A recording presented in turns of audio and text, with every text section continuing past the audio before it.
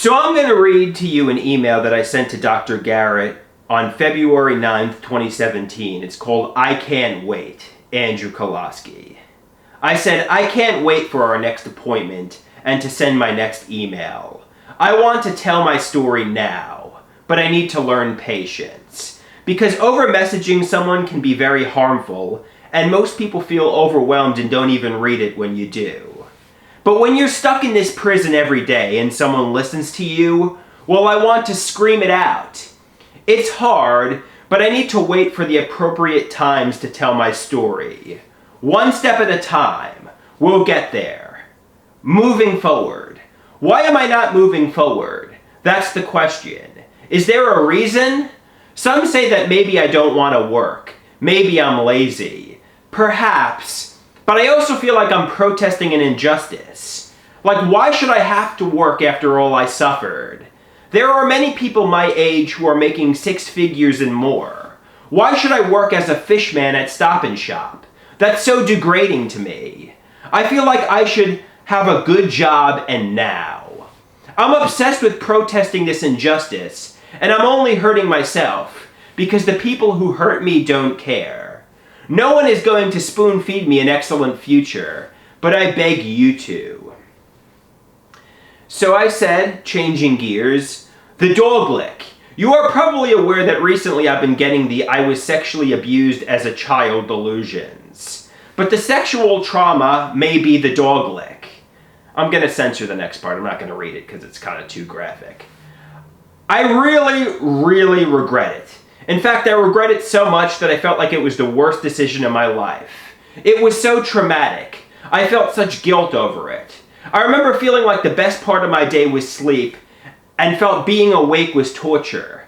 It felt like the dog guilt was all I could think about. I felt unclean, corrupted, impure, damaged. I was so ashamed of who I was. I felt like I was inferior to other people. I remember wishing I could be like the other kids. I remember wishing things could go back to the way they were before the dog lick. I remember praying to God every night, please help me forget the dog sin. I even went to confession and told the priest about it, since it ate me up so much and I didn't want to go to hell. It was very hard for me to do, and it was the only one I told for years until I entered college. At one time, the dog lick might have been the hardest thing for me to talk about. I remember it felt like I was carrying a big weight on my shoulders. I felt like I couldn't tell anyone, and it was eating me up inside. Thankfully, I was finally about to express it in an email text message. From there, it became easier and easier to say. Although it happened nearly a decade and a half ago, 2002, I still feel the trauma from it.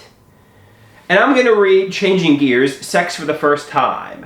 I was a virgin until I was 24 years old, and I was so ashamed and frustrated about it. I remember in college thinking the whole world was having sex except for me. I was too scared to talk to women, but I really wanted sex and thought it was what I needed.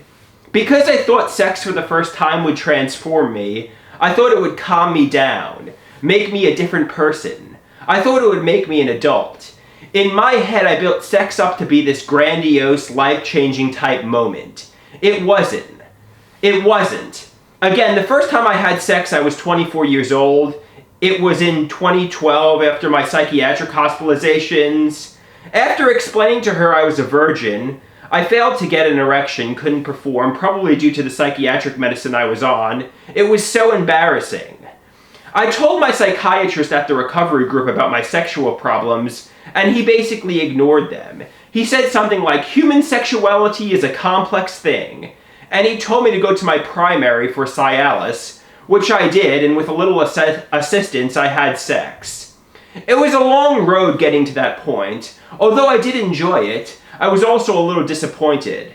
Because sex couldn't live up to the hype I created in my head, and afterwards I was pretty much exactly the same, I now see it's not that big of a deal. Fast forward to present day. Although I like to have sex, I'm not fixated on it.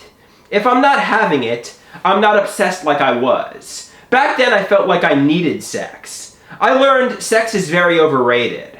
And I even take pride in the fact that I was a 24-year-old virgin. The new sexual shame is the poor sexual function from the psychiatric medicine. It's humiliating. And Dr. Garrett said to me on February 9th, 2017, Andrew, as we have discussed, I expect to be able to read notes of this length you have sent me last week and then this one. I look forward to receiving them. There is much to talk about and process. I think you put it sufficiently. You feel a strong internal pressure to protest an injustice. The pressure cannot simply be silenced. We must examine it, see where it draws its persistent energy. The pressure surely rises in significant part from the bullying. We will also talk about the dog story. Easy for me to say, and I say this hoping it could be of some comfort to you, but there is no crime against dogs or humanity here. But you were deeply affected by that experience, and we will go into detail about that also rather than brush it aside. Dr. G.